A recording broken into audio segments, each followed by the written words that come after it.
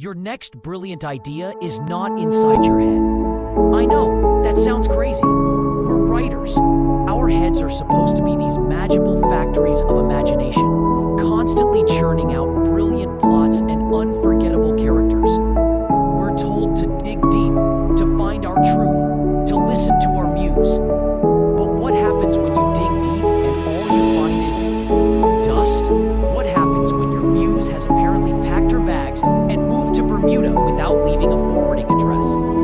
You end up in a place that every single creative person on earth knows and fears. Let me tell you about a writer. We'll call her Sarah. Sarah was writing a thriller. She had a great setting, a determined journalist, a shadowy corporation, and a conspiracy that went all the way to the top. The first 50 pages flew by. The words were practically jumping onto the page, and then she hit a wall, a big one. Her protagonist needed to get a piece of evidence from a high-security server. Sarah had written herself into a corner. She spent a week trying to figure it out. How does the character get in? Does she bribe a guard? Too cliché. Does she have a secret hacker friend? Done to death. Does she disguise herself as a janitor? Yawn. Every idea that came into her head felt stale. It felt like an echo of 1,000 other books and movies she'd seen. She was stuck in a creative cul-de-sac, driving around and around, seeing the same boring houses over and over again. The blank page started to feel loud, judgmental.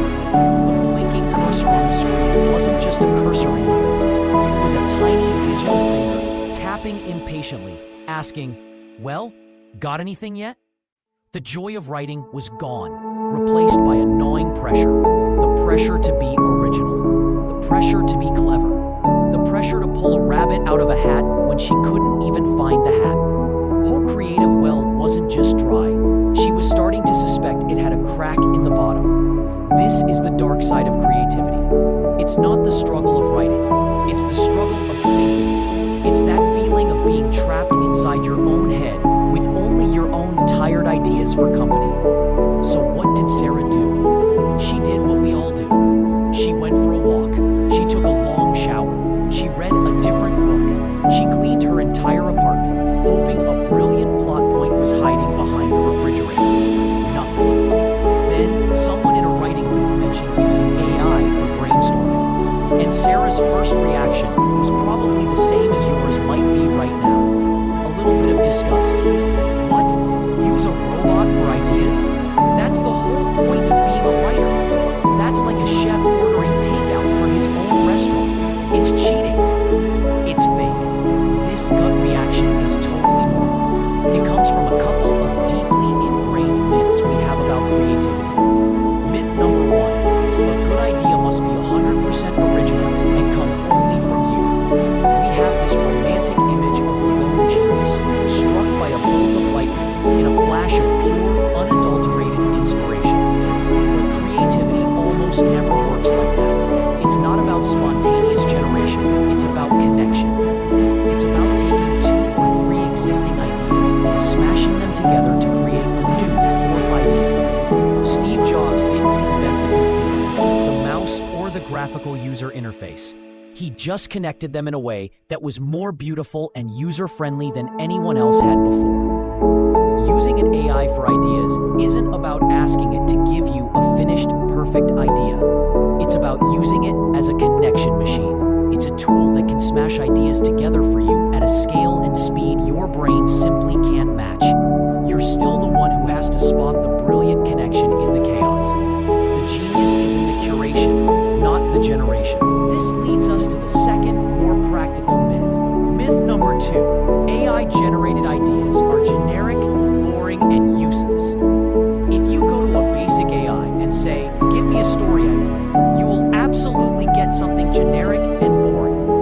A young orphan discovers they have magical powers. Wow, thanks. But that's the wrong way to use the tool. That's like walking up to a world-class musician and saying, "Play some music."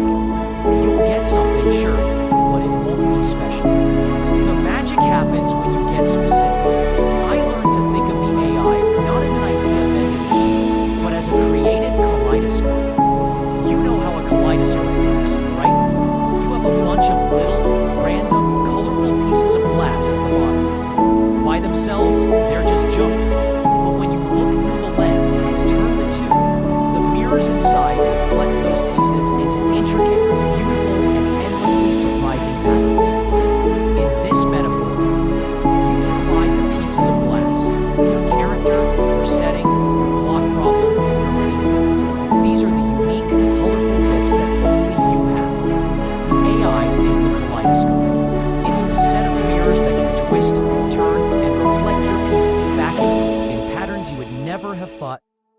to create on your own. So back to Sarah. After a lot of hesitation, she decided to try it. But she didn't ask, how can my character break into a server room? She fed the AI the pieces of glass. She wrote, my protagonist is a cynical journalist named Kate. She's a master of social engineering, but terrible with technology. She needs to get data from a server room in a sterile, high-tech corporate building. The head of security is a proud ex-military guy who is obsessed with classic literature.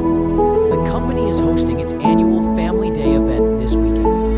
Give me 10 unconventional ways Kate could get access. Focusing on psychological manipulation, not hacking. Do you see the difference? She gave it the specifics. She gave it the ingredients. The AI spun the kaleidoscope. It came back with 10 ideas. And yeah, 8 of them were garbage. One was to challenge the security guard to a poetry slam. Okay, a little weird. But then there was the 10th idea. It suggested that Kate could pose as a child psychologist hired for the Family Day event. She could then accidentally bump into the head of security, notice the book he's reading, and start a conversation about it. During the conversation, she could mention how a child in her care is a prodigy at solving logic puzzles and has been testing the company's digital security for fun, and that she's worried this game might have accidentally tripped a silent alarm. Suddenly, Sarah's brain lit up. That wasn't the perfect final idea, but it was a spark. It was a pattern she had never seen. The idea of using the Family Day event. The idea of using the guard's pride against him. The idea of using a fake child as a proxy. It broke her out of the bribe the guard cul-de-sac. It opened up a dozen new roads in her mind. She ended up combining that spark with her own ideas to create a scene that was clever, unique, and perfectly in character for Kate. The barrier was broken. And that is the single greatest benefit of using AI for ideas. It's not about replacing your creativity. It's about being the ultimate pattern interrupt for your own brain. Our brains are lazy. They love to follow the same well-worn neural pathways. AI introduces a dose of structured chaos. It introduces novelty. It forces you to look at your own pieces of glass from a completely new angle. It's a tireless brainstorming partner that never runs out of weird suggestions, one of which might just be the spark you need to set your whole story on fire. It gives you back the most important thing a writer can have: momentum. It turns the terror